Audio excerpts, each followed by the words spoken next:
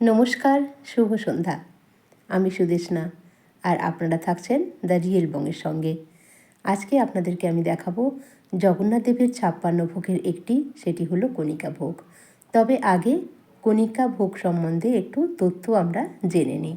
কণিকা ভোগ শ্রী জগন্নাথদেবের অতি প্রিয় মহাপ্রসাদ। কণিকা ভোগ শ্রী জগন্নাথদেবের অন্যতম প্রিয় ভোগ হিসেবে পরিচিত হয়।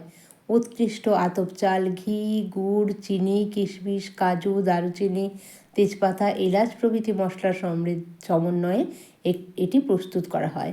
এর মিষ্টি স্বাদ ও মনোমুগ্ধকর সুবাস ভক্তদের হৃদয় ভরে দেয়। শ্রীমন্দিরের রান্নাঘরে প্রাচীন ঐতিহ্য ও শাস্ত্রসম্মত নিয়ম মেনে কণিকা ভোগ প্রস্তুত করা হয়, আর তা ভগবানের উদ্দেশ্যে নিবেদন করা হয়, যেটি সবার কাছে মহাপ্রসাদ নামে পরিচিত। ভক্তি ভরে কণিকা ভোগ নিবেদন করলে ভগবান শ্রী জগন্নাথের কৃপা লাভ হয়, এমন বিশ্বাস যুগ যুগ ধরে ভক্ত সমাজে প্রচলিত। কণিকা ভোগ শুধু একটি সুস্বাদু খাদ্য নয়, এটি ভক্তি, প্রেম, সমর্পণ এবং মহাপ্রভুর প্রতি অগাধ বিশ্বাসের উপর নির্ভর করে। এবার চলে আসি মূল রেসিপিতে। এখানে জল ফুটতে দিয়েছিলাম। জল ফুটে যাওয়ার পর আমি 1 কাপ গোবিন্দভোগ চাল ভিজিয়ে রেখেছিলাম আগে, পরিষ্কার করে ধুয়ে সেটাকে আমি দিয়ে দিলাম। এরপর একে একে আমি সমস্ত উপকরণ এর মধ্যে দিয়ে দেব। আপনারা সম্পূর্ণ ভিডিওটা দেখুন এবং জয় জগন্নাথ বলুন।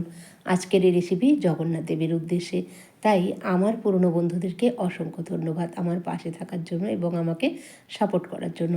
আর এই চ্যানেলটাকে যারা নতুন দেখছেন তারা কিন্তু অবশ্যই চ্যানেলটাকে সাবস্ক্রাইব করে তবে আমার পাশে থাকুন। আর আমার নতুন রেসিপিতে আপনারা সুন্দর সুন্দর কমেন্ট করুন। এবার আমি এর মধ্যে দিয়ে দিয়েছি ভিজিয়ে রাখা কাজু কিশমিশ, আর দিলাম 1/2 চা চামচ দারচিনি গুঁড়ো। এবার দিয়ে দিলাম গুড়, গ্রেট করে রাখা গুড় পরিমাণ মতো দিয়েছি। এবার একটু ভালো করে নাড়িয়ে আমি গুড়টাকে মিশিয়ে নেব।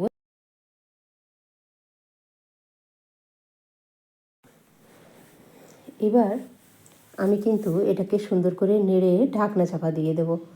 আমি চাল যতটা দিয়েছি তার 1.5 গুণ কিন্তু জল দিয়েছি, যেহেতু এটা ঝুরঝুরে একটা পোলাও হবে, সেজন্য একটু জলটা আন্দাজে দিতে হবে। এবার আমি চামচ দিয়ে ভালো করে নেড়ে দিয়ে কিন্তু ঢাকনা চাপা দিয়ে দেবো এবং এটাকে আমি রাখবো, এখনও সিমে রান্না হচ্ছে তখনও কিন্তু আমি সিমেই রাখবো, আঁচ একটু বাড়াবো না, বাড়ালে জল শুকিয়ে যাবে, চাল সেদ্ধ হবে না। এরপর চালটা যখনই ফুটতে শুরু করেছে তখনই আমি দিয়ে দিলাম 1/2 টেবিল চামচ চিনি। চিনি দিয়ে ভালো করে আমি মিশিয়ে দেব। মিশিয়ে দিয়ে এটাকে ভালো করে রান্না হতে দেব। কিন্তু তার আগে, ঢাকনা দেওয়ার আগে আমি দিয়ে দিলাম 2 টেবিল চামচ ঘি। এটা আমি একেবারেই বলতে ভুলে যাচ্ছিলাম। ঘি না দিলে তো ভগবানের রান্নার ভোগ একেবারে অসম্পূর্ণ হয়। যে কোনো ঠাকুরের রান্নাতেই কিন্তু ভোগ ব্যবহার করতে হয়। এবার দিয়ে দিলাম এর মধ্যে ঢাকনা। দেখুন আমি 5 মিনিট থেকে 7 মিনিটের মধ্যেই ঘুরে এলাম। ঘুরে আসার পর দেখুন একটা ঝুরঝুরে পোলাও রেডি হয়ে গেছে। তাহলে আর দেরি কেন, জগন্নাথদেবকে ভোগ নিবেদনের জন্য আপনার পছন্দের একটা যে কোনো রেসিপি বানিয়ে নিন, অথবা আমার দেখিয়ে দেওয়া গোবিন্দভোগ চালের কণিকা ভোগ আপনারা বানিয়ে নিতেই পারেন। তাহলে আর দেরি কেন, ঝটপট আমার চ্যানেলটা ঘুরে আসুন এবং আমার চ্যানেলটাতে ভিডিও দেখার জন্য আপনাদেরকে অসংখ্য ধন্যবাদ। তাই আমার ভিডিও যদি আপনাদের ভালো লেগে থাকে তাহলে অবশ্যই লাইক, কমেন্ট, শেয়ার ও সাবস্ক্রাইব করে আমার পাশে থাকবেন।